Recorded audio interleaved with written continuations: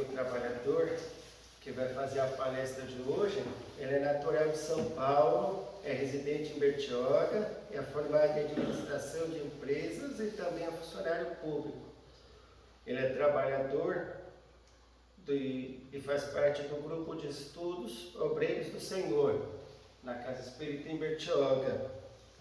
E também é divulgador da doutrina espírita, né? Através das suas palestras que ele ministra em Guarujá, Santos, Vicente de Carvalho, Bertioga e até aqui em São Sebastião. Posso até dizer que já até faz parte do grupo de palestrantes dessa casa, é o nosso irmão Márcio Antônio Dias. Por favor, Márcio. Fique à vontade, são todos seus.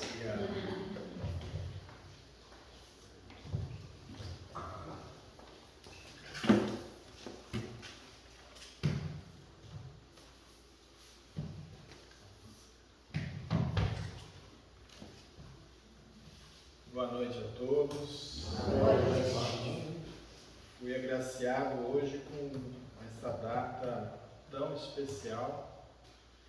Nem pude agradecer por tão especial momento que vivemos, porque hoje é dia 18 de abril.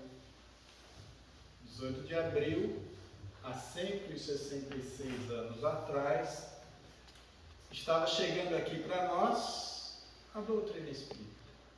Lançamento de O Livro dos Espíritos, em 18 de abril de 1857. Então hoje nós colocamos como tema 166 anos de consolo. 166 anos de que temos a doutrina espírita à nossa disposição aqui na Terra.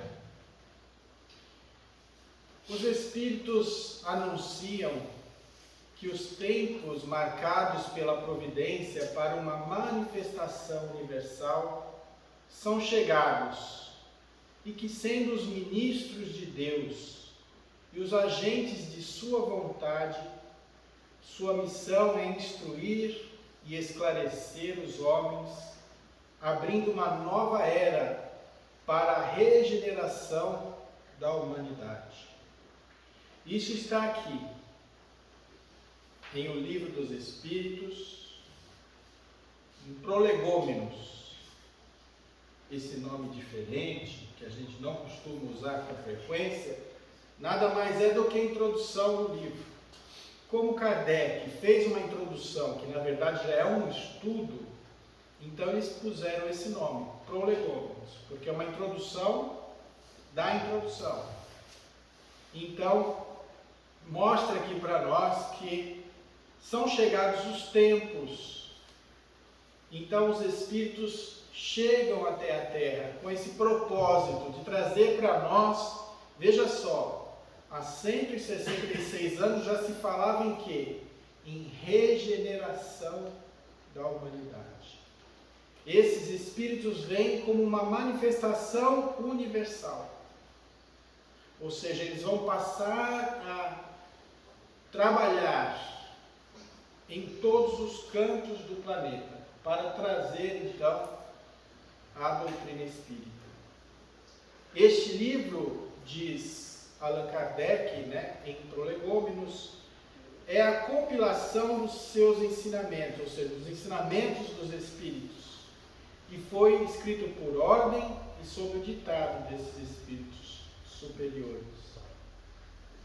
Neste mesmo Prolegômenos, ele anuncia, os Espíritos anunciam que teriam outras obras. Então nós estamos aqui considerando o lançamento desta, mas tudo programado pela espiritualidade. Eles já disseram assim, olha, vão vir outros, segura.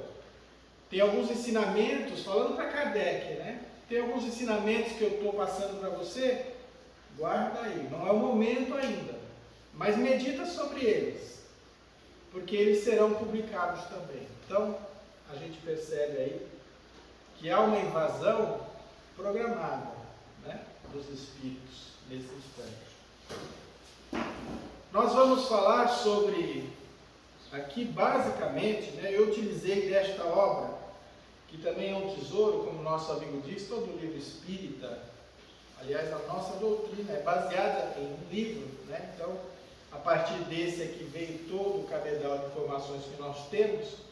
Este livro chegou como uma doação na casa, que na verdade são 3 volumes, esse é o volume 2. Allan Kardec, é uma pesquisa bibliográfica muito interessante, traz conteúdo muito profundo sobre Allan Kardec. Então nós vamos falar de doutrina, mas eu não tenho como dissociar a doutrina de Allan Kardec, por isso esta obra será a base para que a gente fale. Isso eu estou dizendo, tudo o que eu falar aqui, na verdade, eu me baseei apenas no capítulo 1 desta obra, de tão rica que ela é. Então nós vamos falar sobre o lançamento do Livro dos Espíritos, como já dissemos, 18 de abril de 1857.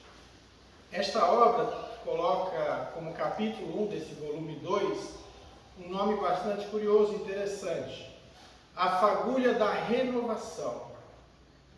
A Fagulha da Renovação. Onde tudo começou? Quando nós estudamos, como fazemos um estudo mais aprofundado, como é o caso do que o nosso amigo nos convida para segundas-feiras, aqui provavelmente vocês devem ter falado já inúmeras vezes sobre a cidade de Hydesville, onde temos as irmãs Fox, todas bem jovens, e que começou ali um fenômeno estranho. Na noite de 28 de março de 1848, portanto, praticamente 9 anos antes de chegar o Livro dos Espíritos para nós, começou ali umas pancadas na parede da casa das irmãs Fox.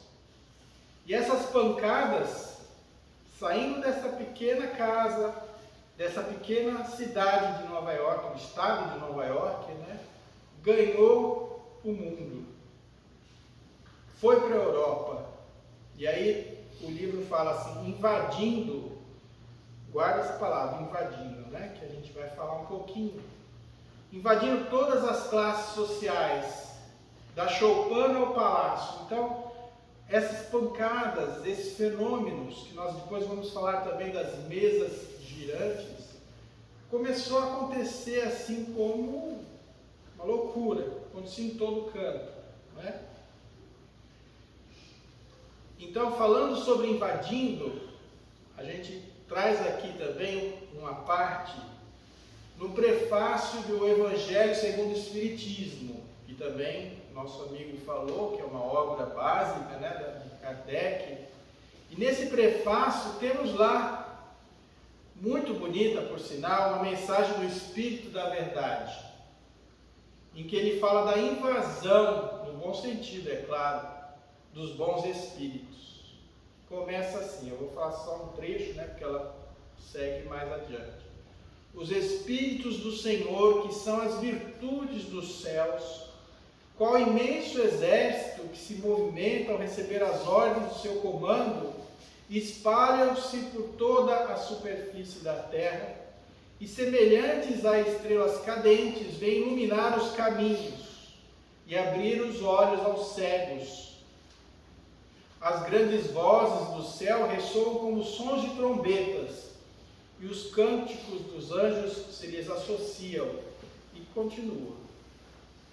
Então está falando da invasão, mais uma vez aqui. Lembra que em Prolegômenos falava que era uma manifestação universal. Então veja que é tudo programado. Não foi por acaso que a doutrina espírita chegou até nós, não foi um momento inapropriado, não. Era exatamente tudo programado, planejado pela providência de Deus. A gente pode ficar aqui umas 3 horas, não tem problema.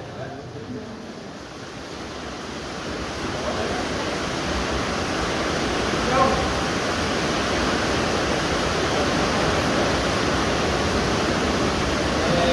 as 11 irmãs, Kate, com 9 anos, pequena, começou a falar com as pancadas. Vamos, pé de cabra, faça o que eu faço. E batia com os dedos em um móvel, 1, 2, 3 vezes. E as pancadas na parede seguiam o mesmo ritmo. A irmã com 12, Margareta, agora faça o mesmo que eu. Conte 1, 2, 3, 4. E as pancadas na parede faziam da mesma forma, seguindo o ritmo dela. Então, um simples fenômeno ali estava dando início a uma nova era de esperança. Estava iniciando ali a doutrina espírita, onde vem demonstrar para nós que a vida além de tudo continua. Depois desse fenômeno, também tivemos, isso invadiu também todo o universo, as mesas falantes. Era uma febre.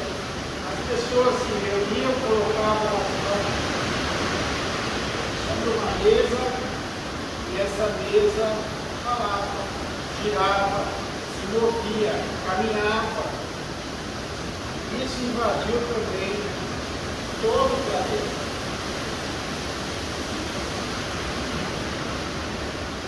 O jornal tem alguns nomes em francês, eu não vou traduzir corretamente, mas vou tentar.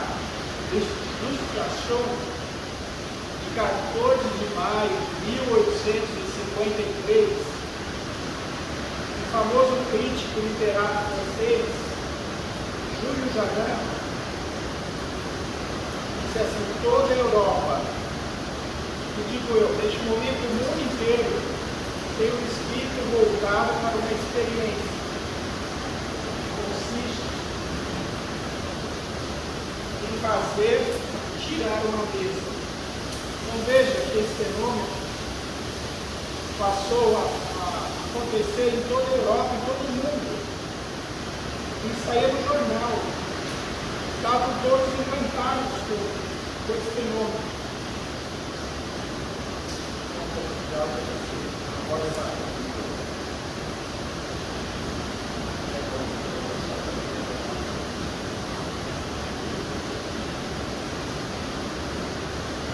O próprio Galileu dizia nesta obra: fez menos ruído no dia que ele falou que o Sol, que a Terra girava em torno do Sol. Então veja que como fazia acontecer um grande fenômeno que até Galileu tinha tido menos ruído quando aconteceu o que ele falava, que nós conhecemos. Como que isso então saiu? De uma diversão, porque isso era um passatempo. As pessoas faziam em suas casas, nos salões. Todos os magnetistas da época, estudiosos, Kardec, antes de ser Kardec em si, que Kardec é um pseudônimo de uma vida anterior. Na verdade, Kardec tem o seu nome oficial como Leon Hippolyte Denisard Rivail. Foi um professor muito famoso, com várias obras. Quem assistiu o filme, com certeza, escutou falar sobre toda a sua história. Então ele também era magnetista. Então todos os magnetistas achavam que aquilo lá era fenômeno magnético. Não tinha nada de fenômenos espirituais.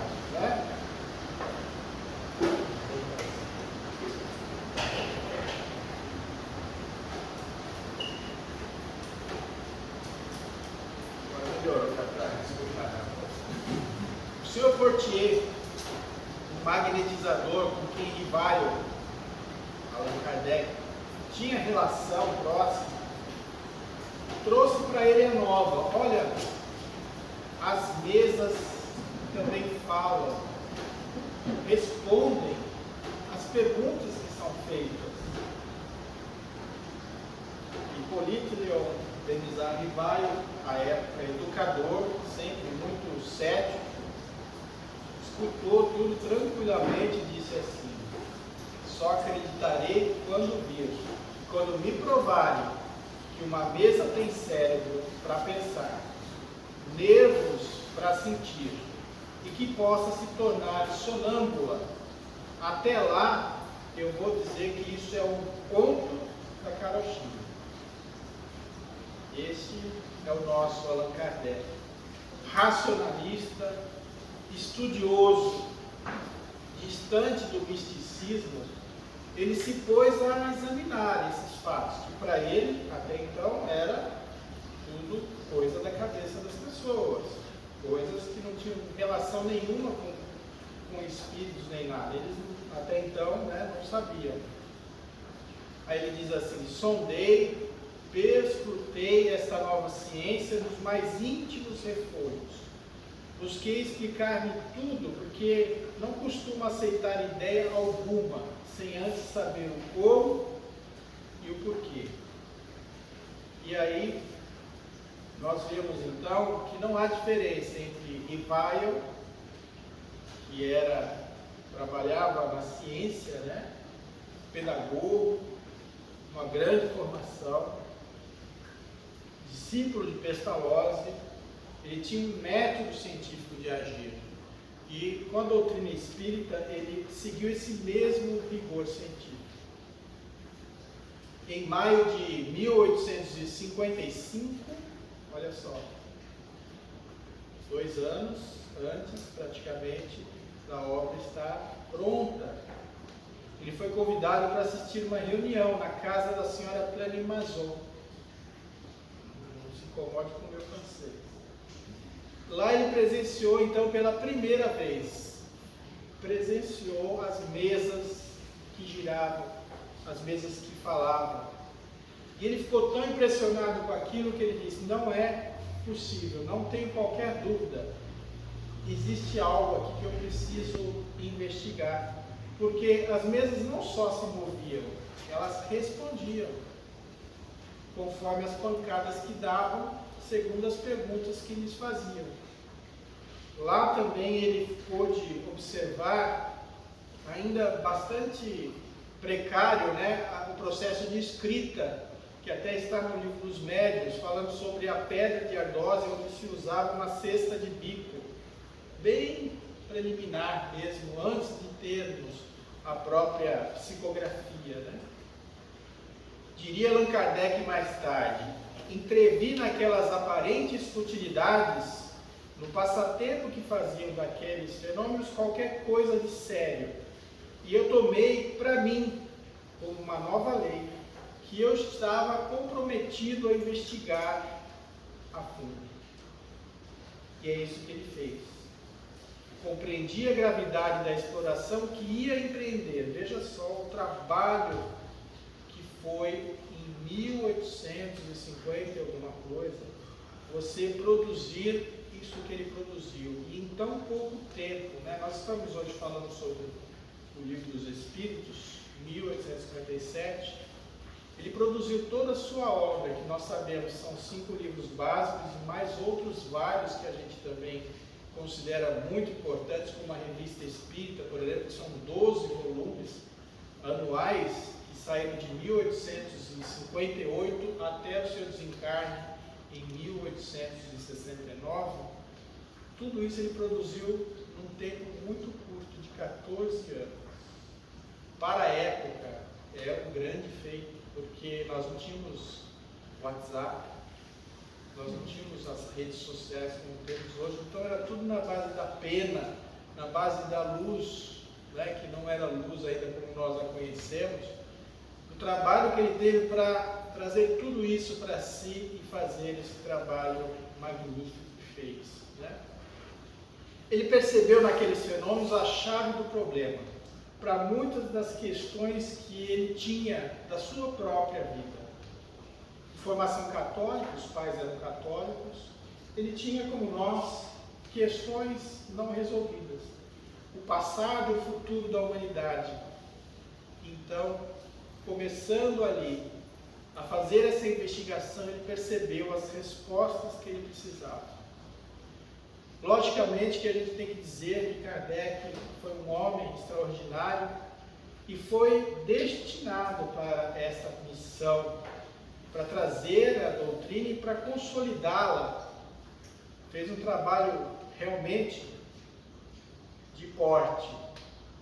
Mas eram os espíritos que estavam ali se comunicando. Então a doutrina é dos espíritos, não é de Kardec.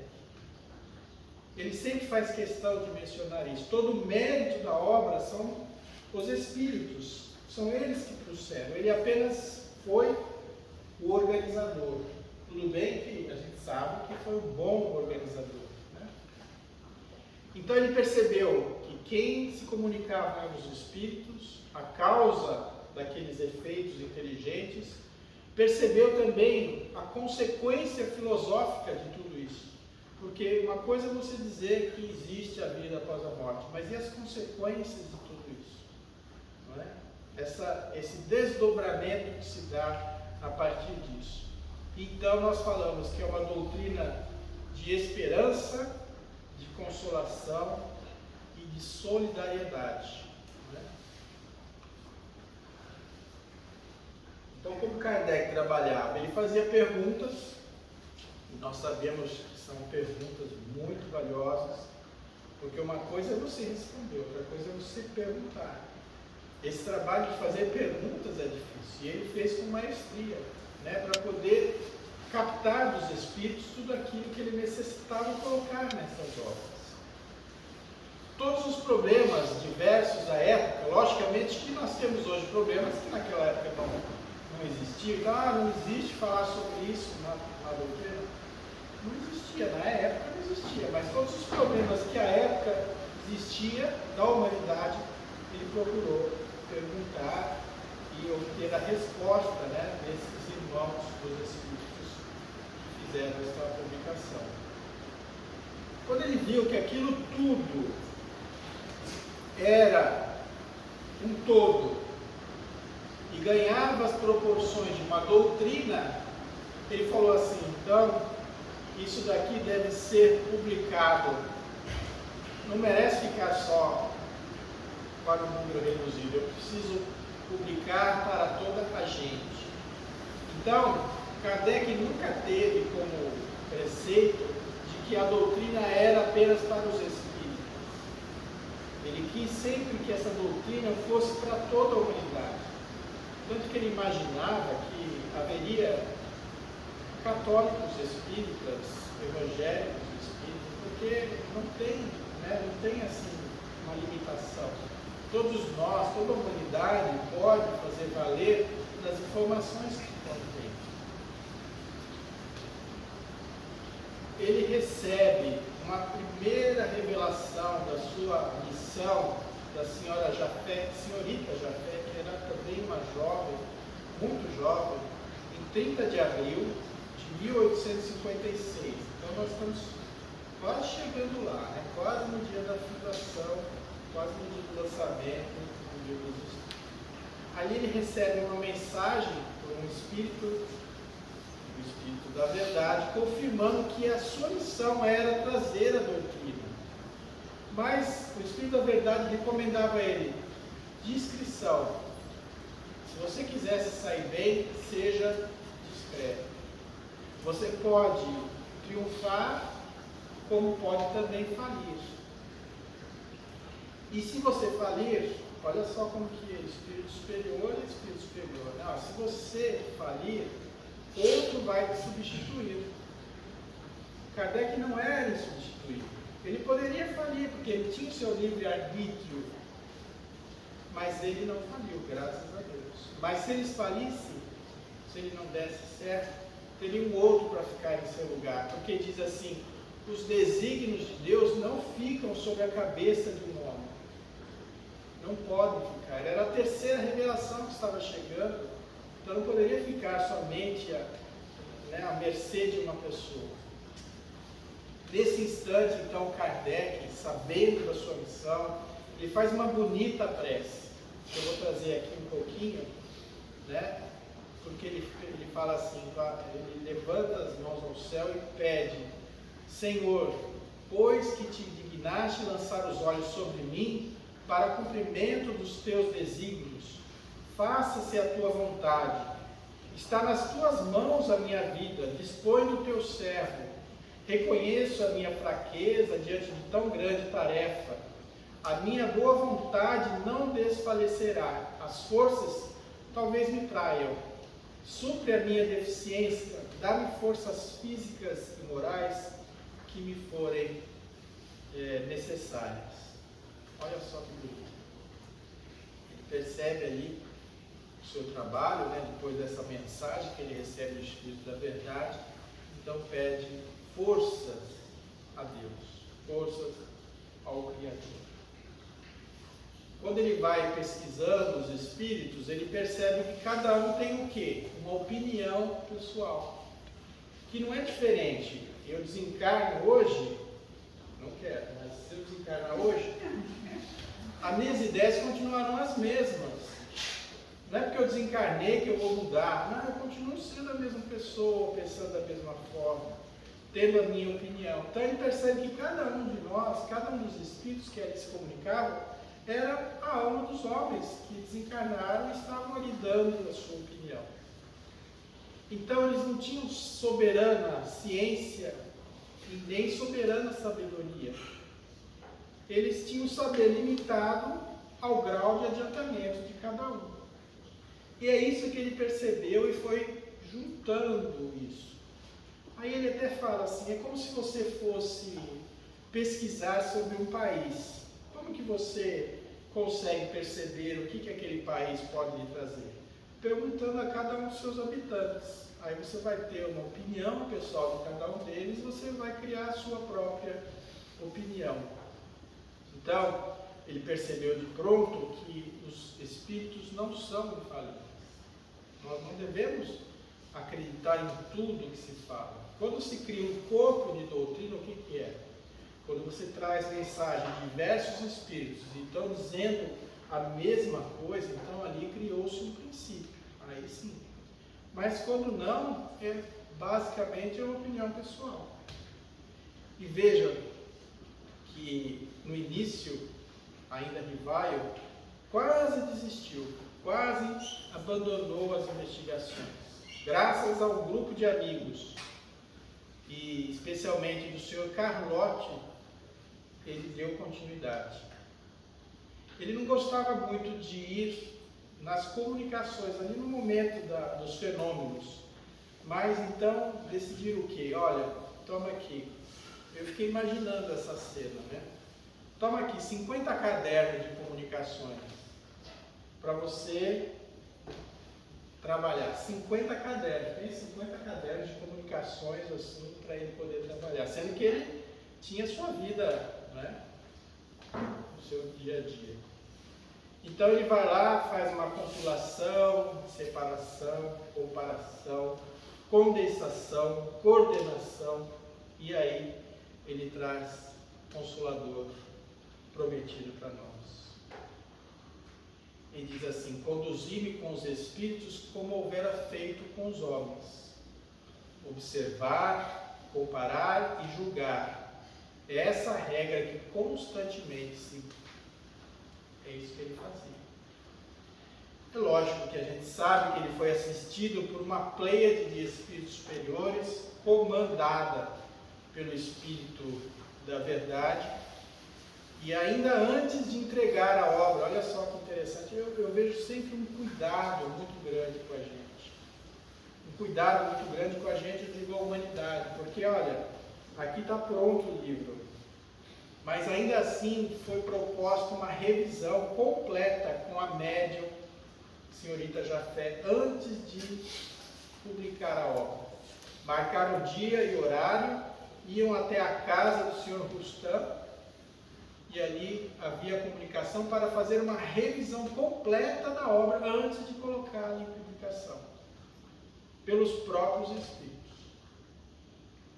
No início, então, de 1857, o senhor Dentu, livreiro, que foi o responsável por lançar o Livro dos Espíritos em suas livrarias, ele encaminha essa obra, então, esse protótipo ainda, né, à tipografia, a uma cidade distante de 23 quilômetros de Paris. Então, mais uma vez, faz-se uma revisão ali, antes exatamente de passar ela na tipografia, e, finalmente, vem a público, num dia inesquecível, 18 de abril, na Cidade Luz, em Paris, publica-se o Livro dos Espíritos. Ainda em sua primeira edição, que não é a que nós hoje utilizamos. Essa primeira edição tinha apenas 501 perguntas e era dividido em 3 partes. Era até fininho, 176 páginas. Esta que nós conhecemos é a segunda edição, que foi revisada 3 anos após a primeira. Contém 1019 perguntas e são 4 partes. Então, ela ganhou um corpo muito maior. Aqui alguns depoimentos, né? O escritor e editor Maurice Lachart diz que a data do aparecimento do Livro dos Espíritos é a fundação do Espiritismo. Então lançou-se o Livro dos Espíritos, fundou-se a doutrina espírita para nós. É lógico que antes de Kardec lançar esta obra, existiam aí elementos esparsos falando sobre a vida após a morte. Isso é evidente. Nós temos livros muito antigos que falam de reencarnação e tudo mais. A gente não inventou nada disso. Mas eram coisas esparsas. Ele fez uma coisa realmente consolidada para nós, né? Um conteúdo muito gigantesco, que a gente ainda está anos-luz de poder compreender de forma profunda cada um dos detalhes dessa obra, né? A partir daí, então, ele diz: a doutrina prendeu a atenção de homens sérios e tomou um rápido desenvolvimento.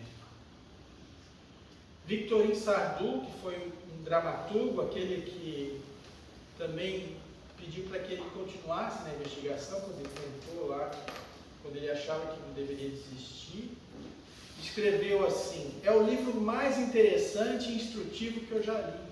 É impossível que ele não tenha grande repercussão. Todas as grandes questões de metafísica e de moral ali estão elucidadas de maneira mais satisfatória. Todos os grandes problemas ali são resolvidos, mesmo aqueles que os mais ilustres filósofos não puderam resolver. E conclui: é o livro da vida, é o guia da humanidade.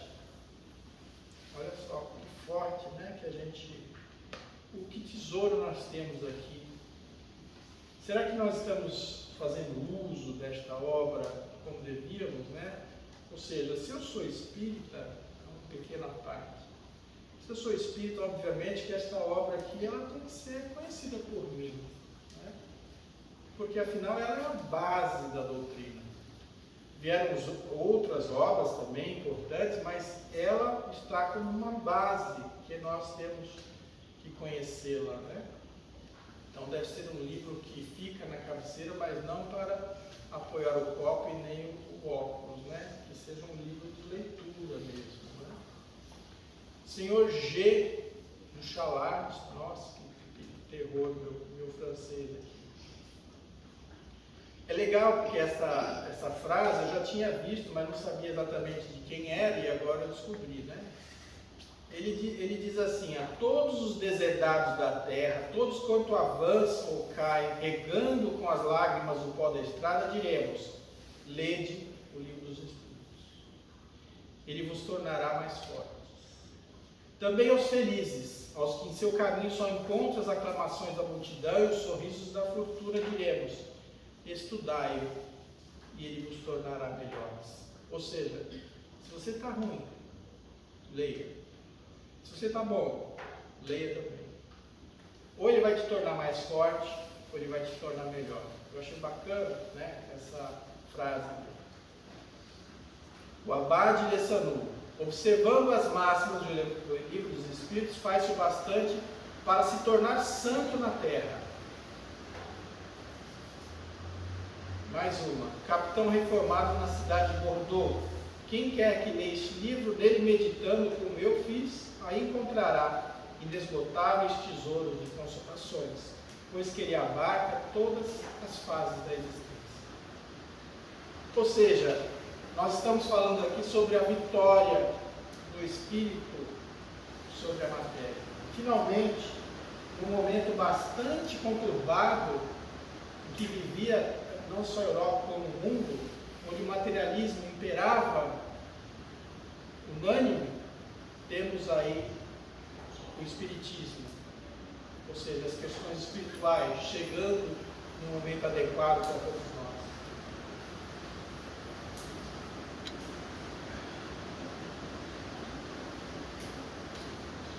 Eu estou finalizando. Jorge Lahar, um trecho, um vídeo pequeno que ele fala. Jorge Lahar, um grande palestrante, né? A gente copia as ideias dele, que ele fala com muita propriedade. Ele fala que o Livro dos Espíritos é uma peça fundamental para a gente compreender a vida. A gente acha que é falar sobre morte, né? Mas ele diz que não, é o contrário. É um livro para a gente compreender a vida, quando a gente fala sobre o Livro dos Espíritos. E ele fala que tem duas questões fundamentais na estrutura da obra. Duas questões. A primeira, a organização do saber.